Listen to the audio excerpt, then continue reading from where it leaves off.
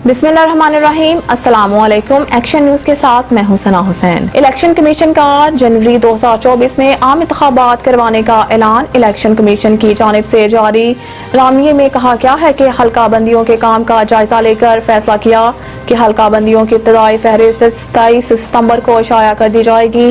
Election commission के एलामिये में कहा गया है कि हल्का बंदियों पर एतराज़ात और तजावीज़ की समाअत के बाद 30 नवंबर को हतमी फहरिस्त जारी की जाएगी। एलामिये के मुताबिक हतमी फहरिस्त के 54 दिन बाद जनवरी के आखिरी हफ्ते में आम इंतखाबात कराए जाएंगे।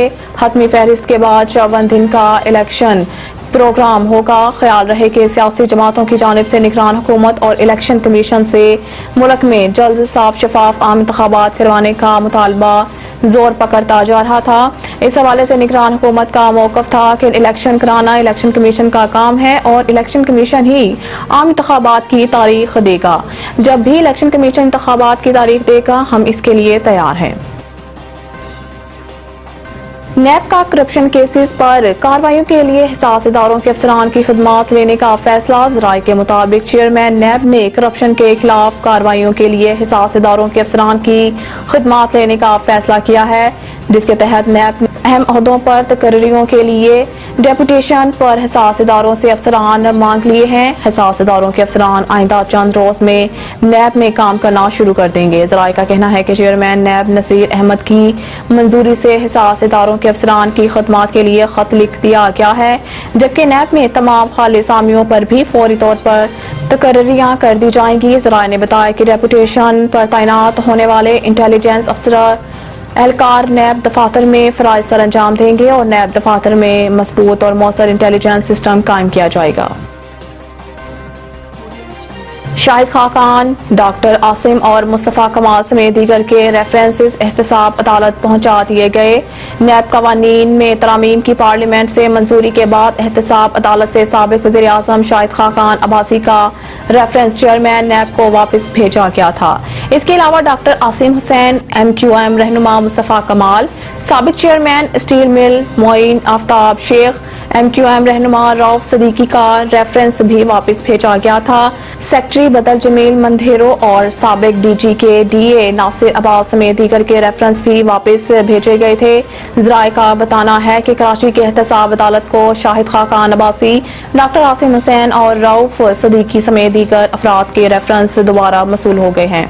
ज़राए के मुताबिक साबिक वफाकी वजीर खजाना अब्दुल हफीज शेख के खिलाफ रेफरेंस वापस नैब कोर्ट को मसूल हो गया है। नैब ज़राए का बताना है कि अब्दुल हफीज शेख के खिलाफ कौमी खजाने को $11.1 बिलियन का नुकसान पहुंचाने और पोर्ट कासिम समेत दीगर पोर्ट्स के लिए सॉफ्टवेयर की तैयारी की मद में करप्शन लेने का इल्जाम है। सरकारी इदारों के 500 अरब के नुकसानात, हुकूमत का पॉलिसी पर नजरसानी का फैसला। इस्लामाबाद में प्रेस कॉन्फ्रेंस करते हुए निगरान वजीर खजाना शमशाद अख्तर ने कहा है कि फाइनेंशियल नुकसानात के अजाले के लिए वजारत खजाना मदद करेगी। हुकूमत मलकीती इदारों के नुकसानात 500 अरब रुपए तक पहुंच गए हैं। हुकूमती इदारे खदमात फराहम करने में नाकाम रहे। 10 मुनाफा बख्श और नुकसान में चलने वाले इदारों की फहरिस्त बना ली है। हुकूमत रियासती मलकीती इदारों के नुकसानात बर्दाश्त कर रही है। उन्होंने कहा कि हुकूमत मलकीती इदारों में किसी किस्म की मुदाखलत नहीं की जाएगी। हुकूमती मलकीती इदारों की तंजीम नो की जा रही है। कोई वज़ारत सरकारी महकमों को किसी किस्म की हिदायत जारी नहीं करेगी। मसान चौक के माड़ी में बदनाम जमाना परवेज के जुआ सट्टा के अड्डे पर जैक्सन पुलिस का एक्शन। मज़कूरा अड्डे पर रोजाना लाखों रुपए के सट्टा की ऑर्गेनाइजिंग के साथ साथ लोगों को मंशियात का इस्तेमाल भी करवाया जाता था। SSP के माड़ी अड्डा गुंजानाबाद इलाके में बिल्डिंग के चौथे फ्लोर पर बनाया गया था। आरिफ असलम राव जुआ सट्टा के अड्डे से 1.5 किलो से जायद मंशियात भी बरामद हुई। SSP के माड़ी जुआ सट्टा के अड्डे से 11 मुलजमान को गिरफ्तार करके सट्टा की पर्चियां, कॉपियां और रकम बरामद कर ली गई। SSP के माड़ी मुलजमान के खिलाफ मुकदमात का इंदराज और मजीद तफ्तीश का सिलसिला जारी है। असद नवाज की रिपोर्ट के मुताबिक कराची पाकिस्तान पीपल्स पार्टी के चेयरमैन बिलावल भुट्टो जरदारी की निजी अस्पताल आमद। चेयरमैन बिलावल भुट्टो जरदारी ने मस्तूंग में होने वाले बम हमले के दौरान जख्मी होने वाले सेनेटर मौलाना हाफिज हमदुल्लाह की अयादत की। چیئرمین بلاول بھٹو زرداری نے JUI رہنما حافظ حمداللہ کی صحت سے متعلق خیریت دریافت کی۔ چیئرمین بلاول بھٹو زرداری کی JUI رہنما حافظ حمداللہ کی جلد مکمل صحت یابی کے لیے نیک تمناؤں کا اظہار۔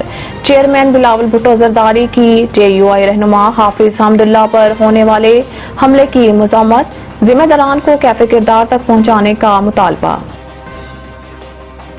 اعلیٰ ڈھنڈیری علی خیل قومی جرگے کے مشران کا امن و امان اور بڑھتی ہوئی واردات کے سلسلہ میں ڈپٹی کمشنر مالاکنڈ شہاب محمد خان کے ساتھ DC آفس میں خصوصی جرگہ منعقد ہوا۔ جرگہ میں صوبیدار میجر مالاکنڈ لیوی سمی باچا بھی موجود تھے۔ جرگے کے مشران نے ڈپٹی کمشنر کو اعلیٰ ڈھنڈیری میں امن و امان، بڑھتی ہوئی چوری کی واردات، جنگلات کی کٹائی، ہسپتال میں سٹاف کی کمی اور منشیات کی کھلی عام فروخت سمیت دیگر مسئلہ کے بارے میں آگاہ کیا۔ ڈپٹی کمشنر شہاب محمد خان نے تمام مسائل میں دلچسپی لیتے ہوئے متعلقہ محکموں کے افسران کو موقع پر ہدایات جاری کی اور جلد رپورٹ پیش کرنے کی ہدایات کی، جبکہ ڈپٹی کمشنر مالاکنڈ نے گزشتہ 15 دنوں سے اعلیٰ ڈھنڈیری میں چوری کی واردات میں اضافے پر تشویش کا اظہار کرتے ہوئے صوبیدار میجر مالاکنڈ لیوی سمی باچا اور لیویز پوسٹ اعلیٰ ڈھنڈیری کے پوسٹ کمانڈر کو ہدایات جاری کی کہ ملزمان کو جلد از جلد گرفتار کر کے قانون کے کٹہرے میں لائیں تاکہ علاقے میں خوف کی فضا ختم ہو جائے۔